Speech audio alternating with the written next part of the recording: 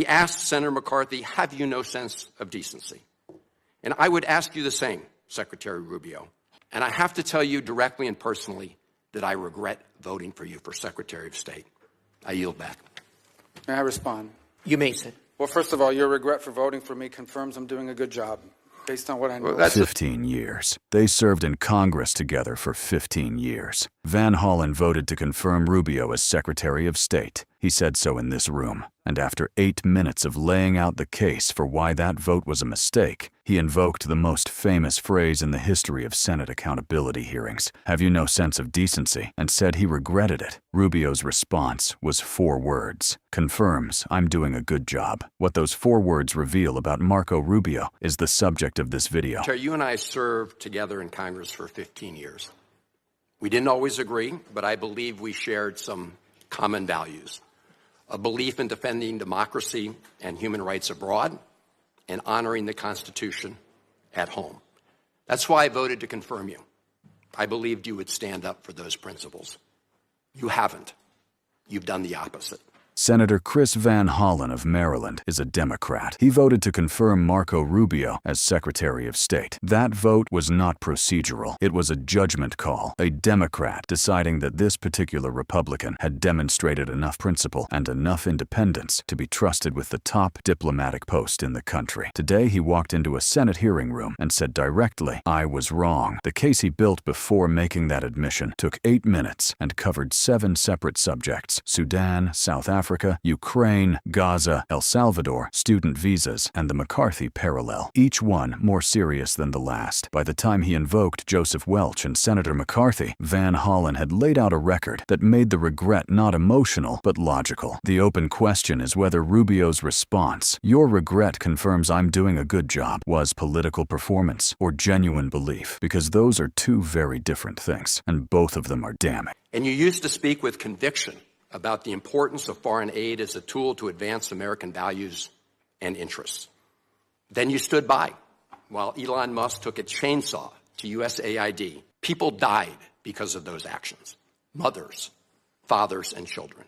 Charge 1, Sudan. 80% of emergency food kitchens shut down. 2 million people in a famine zone cut off from emergency aid. Food sitting in warehouses, rotting while people died. Van Hollen did not use the word genocide yet. That came later. He started with the most concrete and most direct consequence of the USAID cuts. Specific numbers, specific outcomes, specific deaths. And he noted that Rubio, who had built a reputation as someone who cared about these issues, stood by and watched it happen. But here's where it goes from cruel to despicable.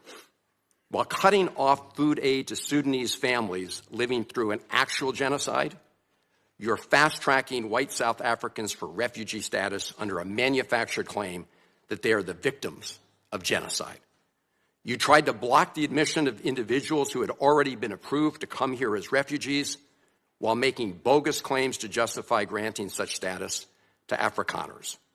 You've made a mockery of our country's refugee process, turning it into a system of global apartheid where political ideology and race, more than truth or need, matter.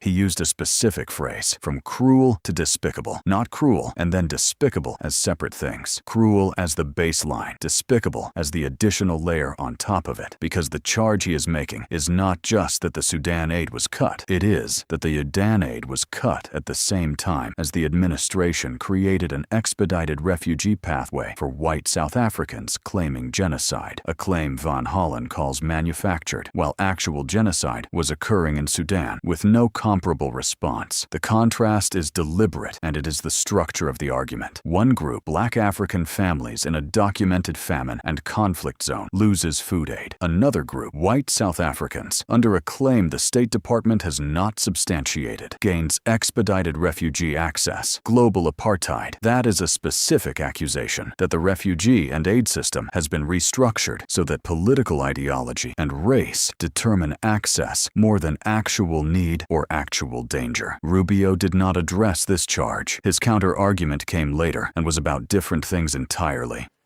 And while you've turned away from a genocide in Sudan and invented one in South Africa, you teamed up with President Trump to throw the Ukrainian people under the bus and have been played like a fiddle by Vladimir Putin.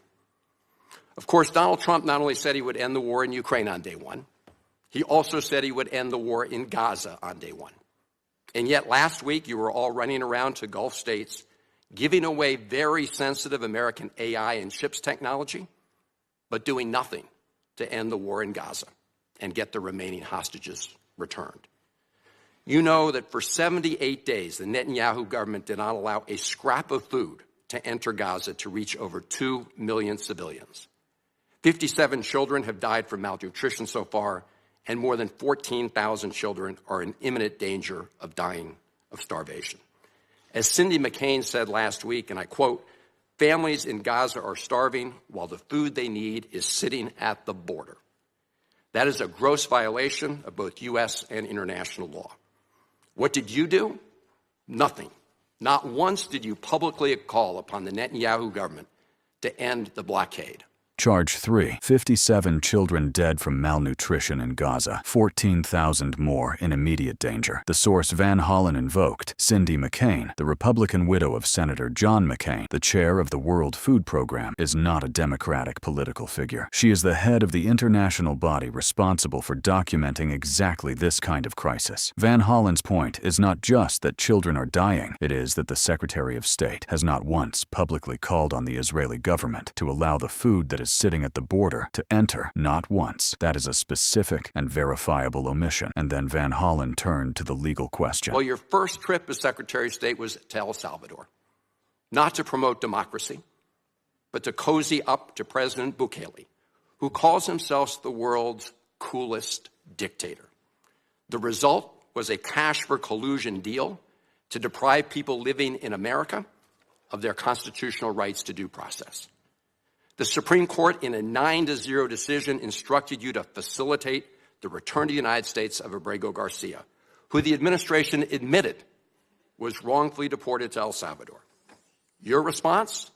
You've openly flouted judicial orders. 9-0. The United States Supreme Court, every justice, including those appointed by Donald Trump, issued a unanimous decision instructing the administration to facilitate the return of Kilmar Abrego Garcia, a man the administration itself admitted was wrongfully deported to El Salvador. Rubio's response to a 9-0 Supreme Court decision was, "I would never tell you that." He said it publicly. He boasted about it, according to Van Hollen, the Secretary of State of the United States, openly stating that he would not comply with a unanimous Supreme Court ruling and framing non-compliance as something to be proud of. Van Hollen called this openly flouting judicial orders, not resisting, flouting. And there was a charge coming about something more recent that carried the same pattern. Since you've been very busy snatching students off of college campuses for exercising their right to free speech. You dredged up a relic from the McCarthy era to claim that student protesters posed a threat to the foreign policy of the United States. Give me a break, Mr. Secretary. You know as well as I do this isn't about national security. It's about punishing free speech. And you know that in America, the government doesn't get to use its power to punish speech it doesn't like. Yet in March, you boasted about revoking student visas, saying, and I'm quoting, "We do it every day. Every time I find one of these lunatics, I take away their visa," unquote. Let's look at one of those lunatics, Mr. Secretary, Ms. Ozturk. Her crime was co-authoring an op-ed in her college paper critical of Tufts University's response to the war in Gaza. Your own department found 0 links to terrorism, no anti-Semitic statements, but you still yanked her visa and shipped her off to detention in Louisiana. Ms. Ostrowski wrote an opinion piece about a university's response to Gaza. Her own government, the State Department under Rubio's leadership, investigated her and found 0 links to terrorism and no anti-Semitic statements. She was not charged with a crime. She was not found to have done anything illegal. And she was detained and sent to Louisiana anyway. Van Hollen called the tool used to do this a relic from the McCarthy era, a reference to the era of ideological purges and political persecution that produced the most famous accountability moment in Senate history, the one he was building toward. The federal judge in the case of Mohsen Madawi, who is the Columbia student who was ambushed by federal agents at his citizenship appointment, said, and I quote, this is the judge, Legal residents not charged with crimes or misconduct are being arrested and threatened with deportation for stating their views on the political issues of the day. Our nation has seen times like this before, especially during the Red Scare and Palmer raids. Like the McCarthy-era witch hunts of the 1950s, your campaign of fear and repression is eating away at foundational values of our democracy. A federal judge wrote that. Legal residents, not charged with crimes, being arrested and threatened with deportation for stating political views. That is the judicial branch's own description of what the executive branch, under Rubio's State Department, has been doing. Van Hollen connected that directly to the McCarthy era, which ended not with a vote or a law, but with a moment. A specific moment in a specific Senate hearing, when one attorney asked one question that the country had been waiting for someone to ask. And now Van Hollen was going to ask it. Back then, it took one voice, Attorney Joseph Welch, to cut through the hysteria with the simple question that marked the beginning of the end of that shameful era. He asked Senator McCarthy, have you no sense of decency? And I would ask you the same, Secretary Rubio. But you have shown through your words and your actions what the answer is. And I have to tell you directly and personally that I regret voting for you for Secretary of State. I yield back. Well, first of all, your regret for voting for me confirms I'm doing a good job, based on what I know. Joseph Welch was the attorney for the U.S. Army during the Army McCarthy hearings in 1954, when Senator McCarthy attacked a young lawyer on his staff who had no connection to the case. Welch said, "Have you no decency, sir? At long last. Have you left no sense of decency?" It was not a legal argument. It was a moral one, and it worked, not because the words were magic, but because the country had been waiting for someone with standing to say it out loud. Van Hollen cast himself in Welch's role. He cast Rubio in McCarthy's, and then he said, "I regret voting for you." That is the most personal statement a senator can make about a cabinet official they confirmed. It means, my judgment of your character was wrong. It means, I gave you the benefit of the doubt, and you spent it on this. And Rubio's response, your regret confirms I'm doing a good job, told you everything you need to know about how seriously he takes the argument. He did not address Sudan. He did not address Abrego Garcia. He did not address Miss Ostrowski, or the federal judge, or the 9-0 Supreme Court ruling. He said, your opinion of me confirms my opinion of myself. And then he turned to his own defense. I don't regret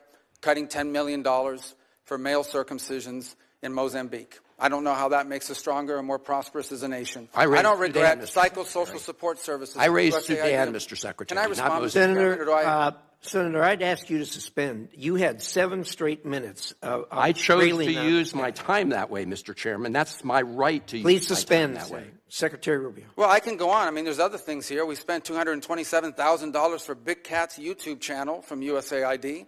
We spent $14 million for social cohesion in Mali, whatever the hell that means. In the case of El Salvador, absolutely. Absolutely. We deported gang members, including the one you had a margarita with. And that guy is a human trafficker, and that guy is a gangbanger, and the evidence is going to be clear in the days to come. Rubio's defense had 2 moves. The first was to enumerate USAID spending items, circumcisions in Mozambique, a YouTube channel for big cats, social cohesion programs in Mali, as evidence that the cuts were justified. That is a real argument. There is a genuine debate about what foreign aid spending should and should not include. The second move was personal, the margarita. He accused Van Hollen of having had a drink with a man who turned out to be a human trafficker and gang member, a reference to Van Hollen's documented visit to meet with Kilmar Abrego Garcia in El Salvador. It was a counterpunch designed to change the subject from the Supreme Court ruling to Van Hollen's own associations. Notice what it did not do. It did not address whether the Supreme Court ruling was correct. It did not explain why the administration would not comply with a 9-0 decision. It changed the question from what Rubio did to who Van Hollen had a drink with. There is a division in our government between the federal branch and the judicial branch. No judge in the judicial branch cannot tell me or the president how to conduct foreign policy. No judge can tell me how I have to outreach to a foreign partner or what I need to say to them. And if I do reach to that foreign partner and talk to them, I have under no obligation to share that with the judiciary branch. Just like a judge cannot order me to negotiate with a foreign minister of Russia, they cannot order me to negotiate with a foreign minister or the president of El Salvador. And if I did negotiate with them, which we have responded to them, and we've told them we've had communications with the president of El Salvador. I am under no obligation under our division of powers in this country and to share with the judicial branch how I conducted diplomacy of the United States. No judge can tell me. The Secretary of State said that on the record in a Senate hearing. The 9-0 decision, all 9 justices, instructed the administration to facilitate the return of a man the administration admitted was wrongfully deported. Rubio's response is that the judicial branch cannot tell him how to conduct foreign policy. That argument might be defensible in narrow circumstances involving genuine state secrets or operational security. It is not a credible argument for declining to facilitate the return of a man whose deportation the administration itself called a mistake. Van Hollen spent 8 minutes on the record. He used 7 subjects. He invoked a senator's wife crying in front of a starving nation, a federal judge, and the most famous accountability question in Senate history. Rubio responded with a YouTube channel for big cats and a margarita joke. Which one of those responses you find more satisfying depends entirely on which question you think was actually being asked. 7 charges. 1 question. 4 words in response. What would you have asked him?